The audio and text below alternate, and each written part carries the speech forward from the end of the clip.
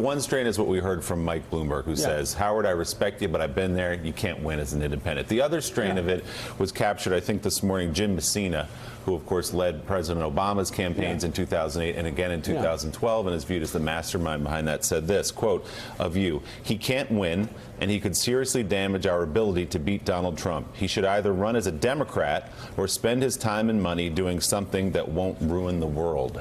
That's from Jim Messina. Why not just run as a Democrat? We know you are a Democrat. You've given to Hillary Clinton. You've supported her candidacy. I have been a Democrat, but I am. So are you no longer a Democrat? No, I'm not a Democrat. I don't affiliate myself with the Democratic Party, who's so far left, who basically wants the government to take over health care, which we cannot afford, the government to give free college to everybody, and the government to give everyone a job, which basically is $40 trillion on the balance sheet of $21.5 trillion. We can't afford it.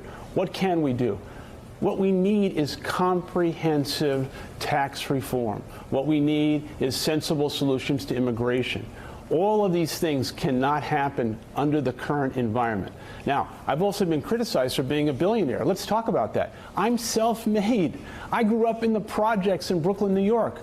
I thought that was the American dream, the aspiration of America. You're going to criticize me for being successful when in my company over the last 30 years, the only company in America that gave comprehensive health insurance, equity in the form of stock options, and free college tuition, and Elizabeth Warren wants to criticize me for being successful?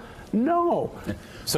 Thanks for checking out MSNBC on YouTube, and make sure you subscribe to stay up to date on the day's biggest stories. And you can click on any of the videos around us to watch more from Morning Joe and MSNBC. Thanks so much for watching.